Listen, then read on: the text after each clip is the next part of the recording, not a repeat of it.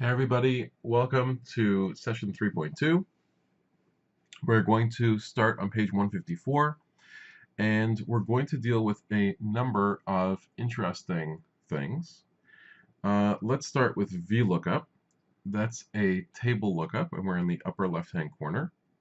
Below that we're going to use the today function, and today, if you type in equals today and hit enter, it doesn't work. But if you type in equal today, open bracket, close bracket, then it will bring back today's date. Now, today's date is actually today's date. Today is the 23rd of January.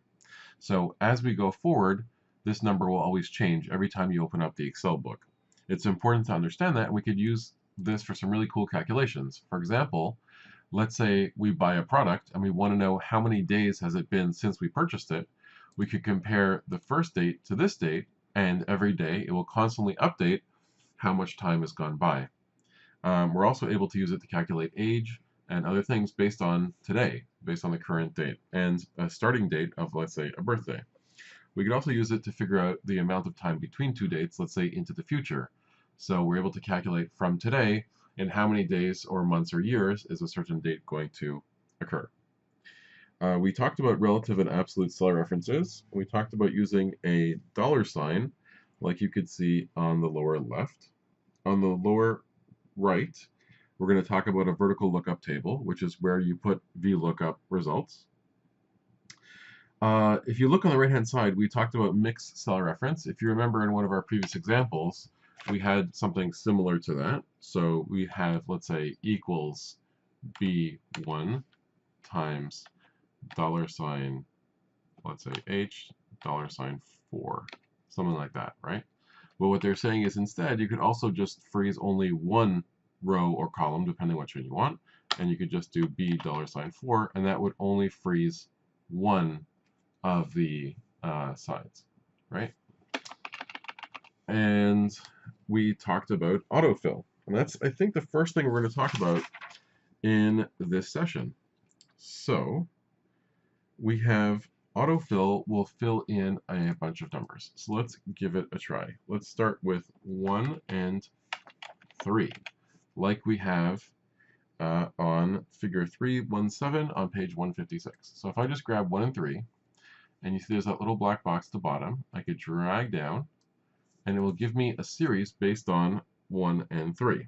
Okay, so in this case, it's going to give me odd integers, so 1, 3, 5, 7, 9, etc. I could also do 1, 2, 3, and if I drag down 1, 2, 3, it should count in order.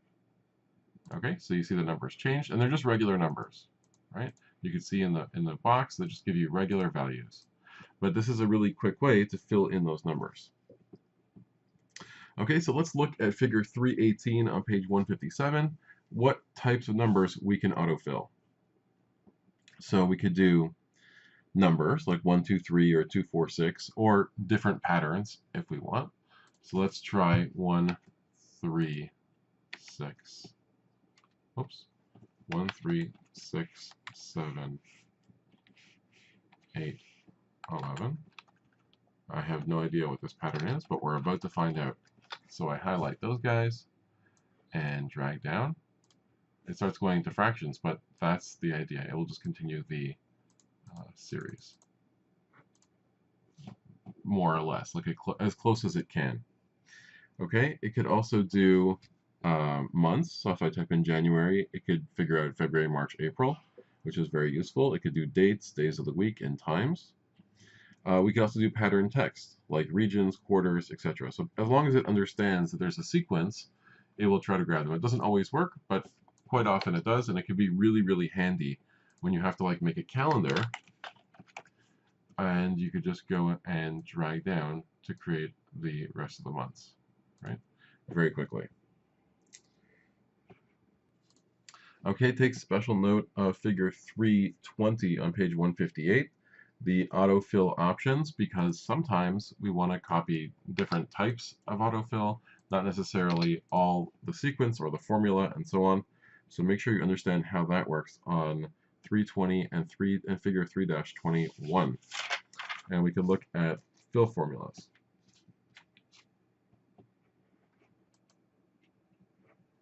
Okay, so we talked about cell references like on page 162 and 163, also mixed references.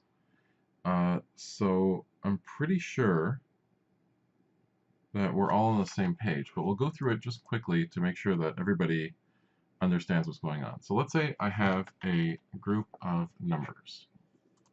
Okay, so like we've talked about a number of times before, let's say I have a bunch of scores for this amazing contest that I have, and I want to figure out what the prize is based on the score, and we know that the prize is $1.25, similar to our menu example from before. Okay, so if I type in equals B3 times our price, it's going to give me $5. So it's going to take 4 and it's going to multiply it by $1.25. If I drag down, it's not going to work like this. Why? Because the next cell is grabbing the 3 like we want it to, but then it's jumping down on the G. We really want it to be on G2. So I could manually change this to G2 and it will go to the right place. Or I can go back to my original cell and change G2 to $. Now if I do just $G, that means it will stay in column G, but it will move places, which we don't want. Let's say we only do the 2. Okay, then it's going to just stay on 2. Will it stay on G? Let's find out. I think in this case it will. So let's grab, drag down. There we go, it worked. So really we only needed the $1, right, to make it an absolute value. And it grabbed the right thing. But sometimes when we're copying data that there's a lot of it, and Excel is not sure what direction to move the cell in, like if it's going diagonally, then we could get it confused, which is why we would freeze both column G and row 2, right? Making sure that it doesn't move.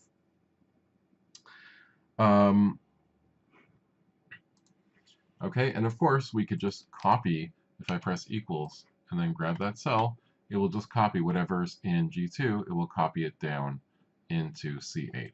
Okay, so it will say, what's in that box? G2. What's in G2? This. Which means if I change G2, then it will automatically change this box as well, because it refers to whatever this number is.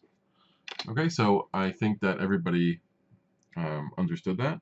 And if you carefully follow the example on 162, 163, we should be on the same page. And we talked about mixed references, just like we have over here, on page 164. And you can see that with the multiplication table. Okay. Okay, so in the text, their example is a little fancier with the corn crop values, but we're going to look at a couple examples. So let's take a look at page 167 with summarizing data with a quick analysis tool. I could just grab the values, and I have this little box down here. I click it, and I'll go to totals. Okay, we've talked about formatting before. In totals, I could add sum, average, count, percentage, running total, etc. And for this purpose, I'm going to pick sum. Okay, so what's that going to do? It's going to give me the total, just drop it down below. Right, so we could do the same thing by going in here and typing equal sum C3 to C6, but this will automatically give us the total. Okay, let's take a look at some of the other options. I can go into totals, and I could say average, count, percent of total, running total, which would be used if I select a bunch of data and I want all the summaries at the bottom. This would give me the sum on the side, so it basically tell me what the numbers are, like you see, the totals. If we're looking at going across rows, it will give me count of how many things are in each row, percentage of total. If I want to know what does 460 represent as a percent of the overall total, this would be an easy way to do that. Running total, etc. Okay, so those are the things that we can do with the quick analysis box.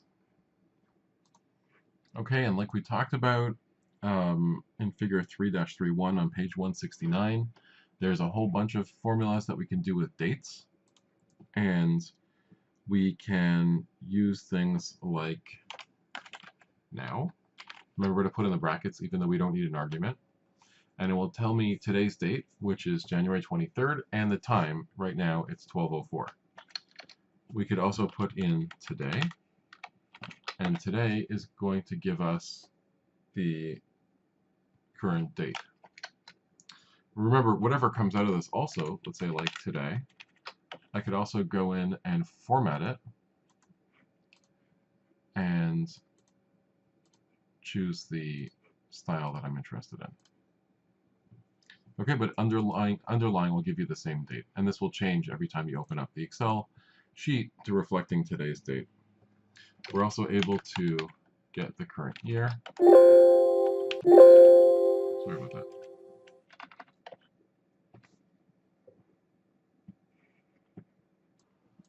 Actually, I was wrong. This is what happens. Here I typed in a date, okay? And then here I typed in year, F5, so it went in and grabbed the date from that year. So basically, year extracts the date from a date. So I'll show you what I did. I put in January 1st, 2017. And then here I just typed in equals year, and then grabbed the date, and it gave me the year. This is really useful because if we have a really long list of dates, right, like this, and we want to have a row that tells us what year is this date in, I could just go equals year, grab a date, I get 2018, and then drag down like so. Okay, so that's a really easy way to use that. We can also do the same thing with weekday. Okay, and let's run an example of that now. Okay, so to make this work, we just type in equals weekday and grab the date and close that. And then it will tell us it's 4. So it basically works that 1 is Sunday, 2 is Monday, 3 is Tuesday, and 4 is Wednesday. So this would mean Wednesday. And as I drag down, it will give me which day of the week is it. And we could replace these with other ones. Now we could also do work days, holidays, etc. So here's a Cake Factory sample data set. And we're going to learn VLOOKUP, which you could see on page 171. So let's put this in real terms. This is a list of all our customers. It has their ID number, the date, customer name, phone number, store location, payment method, their 2017 purchase amount, and their 2016 purchase amount. Okay, and I guess the date would be their last purchase date. So for a later, we're going to use a formula to figure out if their sales increased and how close they are to the $200 target. But for right this second, we are going to try to put together a table. Okay, so basically what we're trying to do is grab one piece of data here, like we could see on page 171, and tell Excel that we want to grab another piece of data on that same row. So in this case, I want a quick little box here to call customers, and I want to be able to type in their ID number and their phone number pops up. Right? So basically I want to type this number in and get that number out of there, but we could get any piece of data on the same row. So to do that, I'm going to go into the phone number section and type in VLOOKUP, which stands for vertical lookup. And it's going to say, what is the lookup value? What are we trying to measure it against? And that would be our ID number that we're going to put in. Next it says, where's the table? So we'll grab the entire table. That's going to go across and look, and we can actually use this later when we want to look up different information. Press comma, and it's going to say, what column index number do you want to grab information from? So since we're looking for phone number, it's going to be 1, 2, 3, 4. We'll put in a 4 to grab the 4th column. And it's going to say, do we want an approximate match or an exact match? We're going to go false, exact match. I'll put in a closing bracket and hit enter. And right now we get an NA because it's not working yet, so don't worry about that. But you'll notice that if we go into ID box and we type in 1, the phone number for Jedediah Smith comes up number 1. Whereas if we type in 6, we get Bartholomew Wilkerson, his phone number shows up there. And basically this will go through the table, look for these numbers, and then bring back that number. We could easily change it to report back a different number. For example, if we wanted to expand this and have name, phone number, and ID so we know who we're talking to, we could easily do the exact same thing. So I'll just go equals VLOOKUP.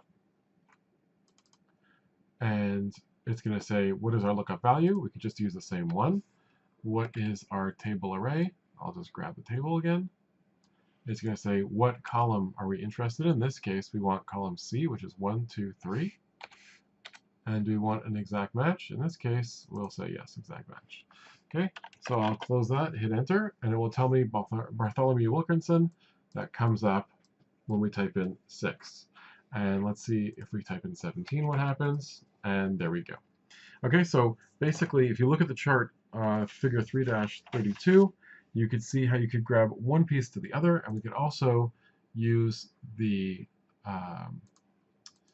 insert function under lookup and reference. And we go down to VLOOKUP, and we could put that in here and basically enter all the same parts I just did in the tool.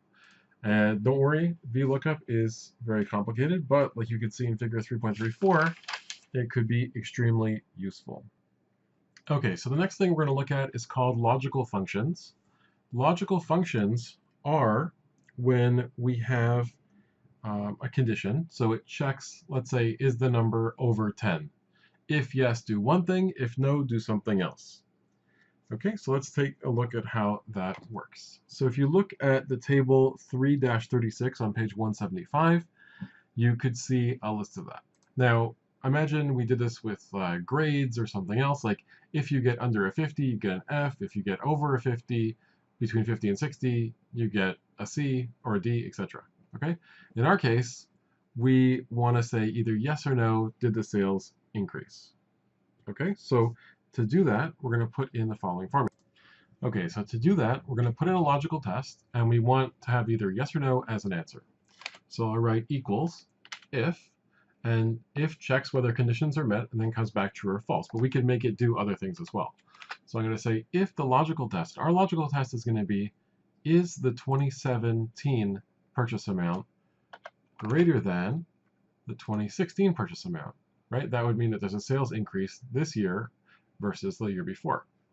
Now, if it's true, we want to say yes, there was an increase. And if it's not true, we say no. You'll notice that the tooltip at the bottom, it highlights and lets us know what part to answer. Now, we could change the words that are in here. We could make them say anything. And right now, there is not an increase. So we could just take this, drag it down, and it looks like we did not have an increase at all. Okay, so maybe that wasn't a good question. Let's try another one. Okay, so in our next column, we have this $200 target. We want all of our customers to spend at least $200. So let's try a new one. Equals if, and we say, is the 2017 purchase amount greater than 200? And we put in a comma. Now the value is true. We will put in yay. You notice that you put quotes around the text that you put in, so it knows that it's a text string. And let's put in not yet. There we go. So basically, if G5 is bigger than 200, then it's going to say yay. Otherwise, it's going to say not yet. So hit enter. Unfortunately, not yet. And the same thing as before, we could just drag this down, and it would tell us that, yes, we have a couple of yays, but generally, we're still not at the $200 mark yet for that purpose. Now, if you want to look at what we have, we could do equals, greater than, less than, greater than, and equals to. And those are very important because if you do 200, it actually means, is it greater than 200, which starts at 201. If we say greater than and equals to, then that means it includes if it's exactly 200, right? So if one of the numbers was 200, then this would allow it to show up. Otherwise, it wouldn't, because it would have to be 201 and above. So that's an important distinction. If you see that your formula is not working properly, that this could help a lot to make it happen. Or let's take a look at this example. My boss said to me, we save money if people pay cash. I want to know who pays cash and who pays with something else. So I went into here and I typed in if F5, which is the payment method, equals, and I put in brackets cash. So if it equals exactly cash, then write save. Otherwise, put in frowny face. Okay, I just dragged it down, and you can see that we can quickly count out the few people that did save, the few people that we saved fees on, and unfortunately we got a lot of frowny faces as well. Okay, based on that. So we're able to compare both to numbers using logical tests. We could also compare to text. We could do the same thing like, is the customer in Sussex or Fredericton or something else, right? So we're able to use if statements to do a lot of really cool comparisons between data. Okay, that brings us to the end of Module 3. I know that VLOOKUP and if statements can be a little complicated, especially when you use them together. Take a look through the examples in the textbook and do them slowly, and you should have no problem picking it up. If you have any questions, let me know. Have a good one.